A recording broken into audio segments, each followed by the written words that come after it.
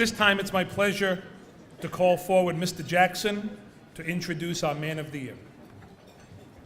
It is my distinct pleasure to introduce the 56th Bishop Hendricken High School Man of the Year. When you read this young man's profile, at first glance you might think he's perfect. 3.64 GPA, 4 AP and 2 honors courses this year, exempt from all final exams because of good grades, member of state championship teams in football, indoor and outdoor track. He's a Special Olympics volunteer. He's Hendricken's student representative to the Rhode Island Interscholastic League. He's a member of the Student Council. He's a peer mentor. All of this is very true, and it's very impressive. But perfect? I think not. The list of this young man's imperfections are quite long. Certainly too long for this morning's festivities, but I would like to point out just a few. And it begins with the fact that in spite of living within 40 minutes of the best national football team in the history of the United States, he is a Dallas Cowboys fan.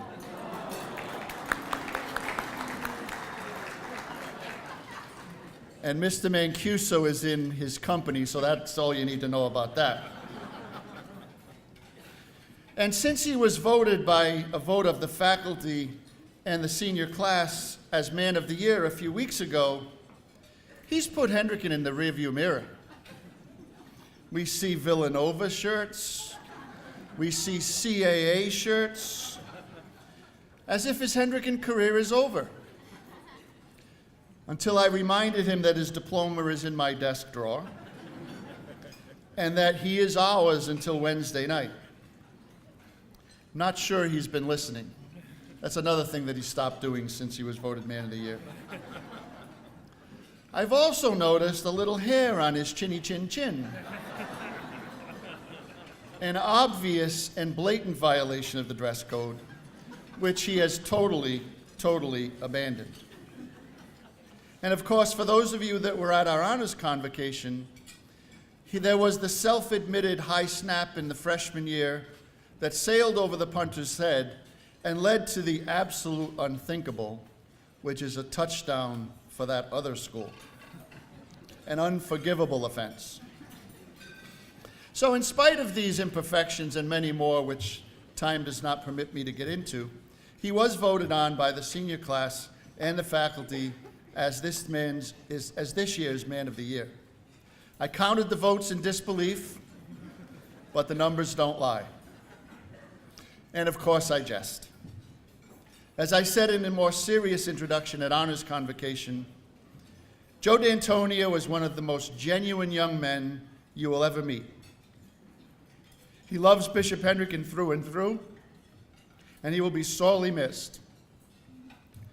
Villanova is a wonderful educational institution whose stature as one of the leading colleges in the country will be greatly enhanced by this young man's presence on campus. Ladies and gentlemen, the 2017 Bishop Hendricken Man of the Year, Joe D'Antonio.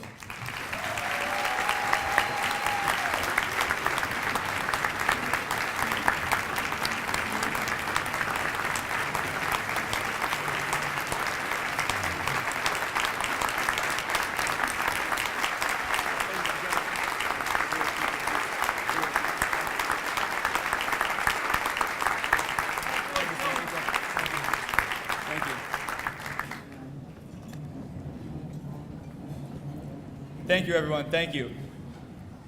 And you know, it's funny, as Mr. Jackson was introducing me and talking about not being a Patriots fan, I always put a smile on my face when Nathan Swift points at me, because as a fellow Saints fan, we share in the same thing, that we aren't Patriots fans. So Swift, keep on going. It is truly an honor to be standing here today as the Bishop Hendricken 2017 Man of the Year. I have been fortunate to have been named the Man of the Year, but to my classmates that sit with you this morning, they are the 2017 Bishop Hendricken Men of the Year.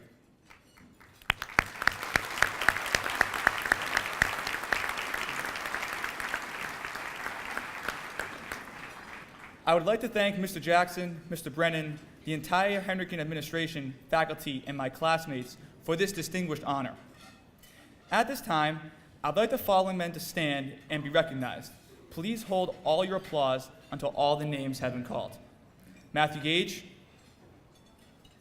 Andrew Hopgood, Dan Legary, Sam Laurie, and Brandon Salvidio for being nominated by both the students and the faculty for this award.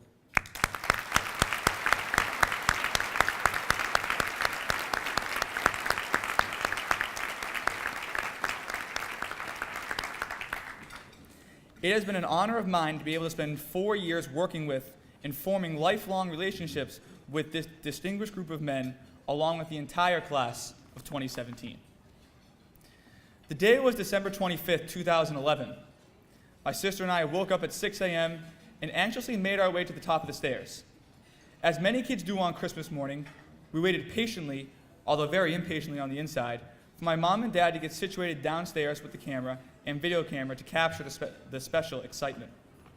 When the words, "Okay, we are ready," came out of my dad's mouth, my sister Olivia and I sprinted down the stairs. Upon entering our living room, I could not help but smile with joy and excitement. The toys underneath the Christmas tree, Michael Bublé playing on the radio. There is no happier time than the Christmas season. As I took a seat next to my presents, I could not help but look at the new Dallas Cowboys gear spread out on the living room floor. Christmas was great, but after seeing that, I was ready for playoff football season, and hopefully a Super Bowl win, which unfortunately did not come true. My parents called my attention to a gift. It was a large, navy blue, wooden sign. Curious to see what the item was, I walked over to it. On the wooden platform were words, not a quote or an inspirational saying. The writing was the definition of the word dream from the dictionary. It reads, dream, a noun, a series of thoughts or images passing through the mind in sleep. Also, the mental state in which this occurs. 2, a daydream. 3, a cherished hope or ambition. 4, anything of dreamlike quality, especially of unreal beauty or charm. As a 12-year-old, I did not fully comprehend the sign.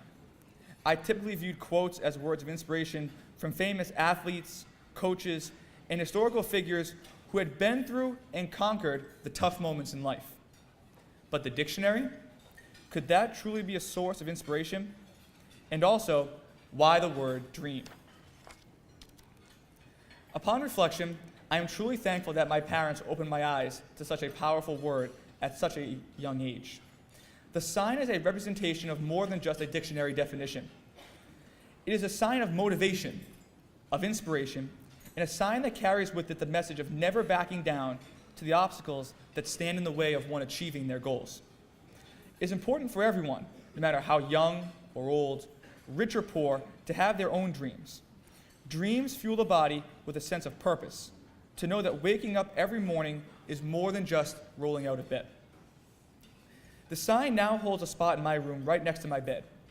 Each and every morning when I wake up, I take a moment to look at the sign.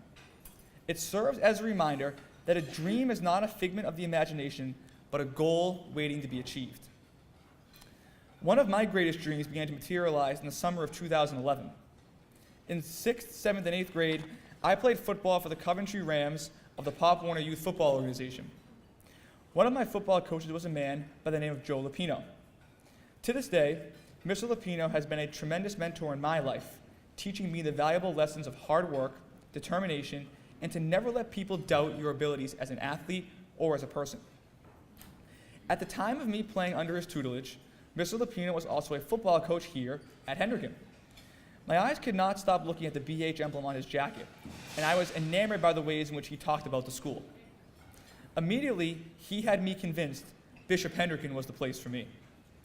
Although I did not know it at the time, the 4 years ahead of me would mark a change that I never could have imagined. And this change also applies to all of you here today. A change from childhood to adulthood. A change from a boy to a man. Over the past 4 years, Hendricken has taught me many different skills, from classroom tips to life lessons. In the classroom, the teachers believe in each and every one of their students. This bond that the teachers form with their students is one that fosters hard work, determination, and a sense of never giving up. This past summer, I decided to take Mrs. Tadino's accelerated pre-calculus class in order to take statistics in the fall. Since math is not one of my strongest subjects, I was nervous going into this intensive summer course. After taking our first test and not receiving the grade that I had hoped for, I really began to question myself on whether I had made the right choice to take the course. It was at this time that Mrs. Tadino believed in me. Those of you who have had Mrs. Tadino know that she believes in each and every one of her students. She believes that if you devote yourself to your work and complete it to the best of your ability, you will succeed in all the endeavors you embark on. She believed in me in a time when I didn't believe in myself. Through her words of inspiration, her taking the time to stay with me after class, and her belief in me, I successfully completed the course. Although I only had Mrs. Tadino for 3 short weeks, she fostered the value of never backing down in me. There have been points in my high school career when things have not gone well. Grades were not where I wanted them to be. I was not playing as well as I hoped on the field. And although I was confident in my abilities, frustration encompassed me. As many of you know, there is no better feeling than playing that school on Academy Avenue in any kind of competitive atmosphere. The spirit, excitement, and anticipation that encompasses the community as these games approach is truly remarkable. As a freshman, there is nothing a student wants more than to win that game. We played them week 2 during our freshman football season. After only playing in 1 game prior to the matchup, I was nervous as can be going into that game. We received the football first, and after 3 successful offensive plays, had to punt. As I ran onto the field, my heart was racing at about 1,000 beats per minute. I stepped over the football, got down in my stance, and fired the football back to the punter.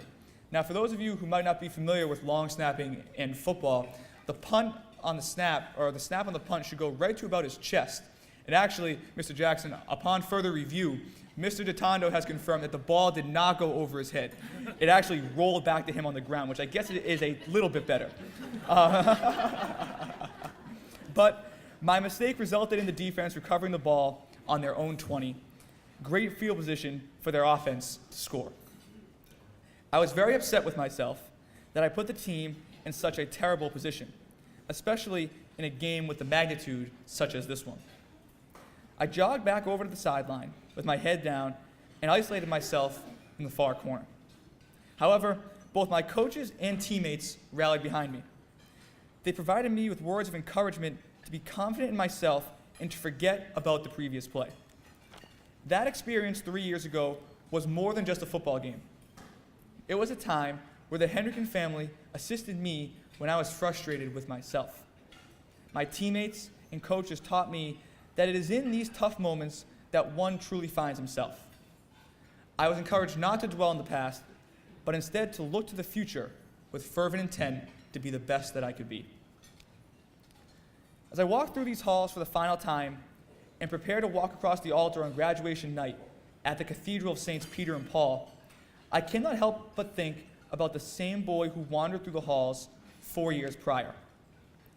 So anxious and excited about the uncertainty of the future. The past 4 years have been the fulfillment of a dream that I could have never have envisioned. As I looked at the sign on Christmas morning in 2011, I was unsure about the dreams I had in my life. Although some seemed attainable, I had the perception that many might not come true. However, the sign made me think otherwise. It served as a motivator to show that dreams are as far away as you perceive them to be. The more and more I believed in myself, in those around me, and in God, my vision began to reach its reality. Moving into the future as a student in college, and later a man in society, the lessons that I learned from my family and from the Hendricken family are ones that will resonate with me for the rest of my life. These lessons of self-confidence, integrity, perseverance, hard work, service, and faith are more than just values of the classroom. They are virtues that will make all of us the best college students we can be. They are virtues that will make all of us the best husbands, fathers, and friends that we can be. They are virtues that will make all of us holy and faithful followers of Christ. The future is a scary time, as it is filled with large gaps of uncertainty.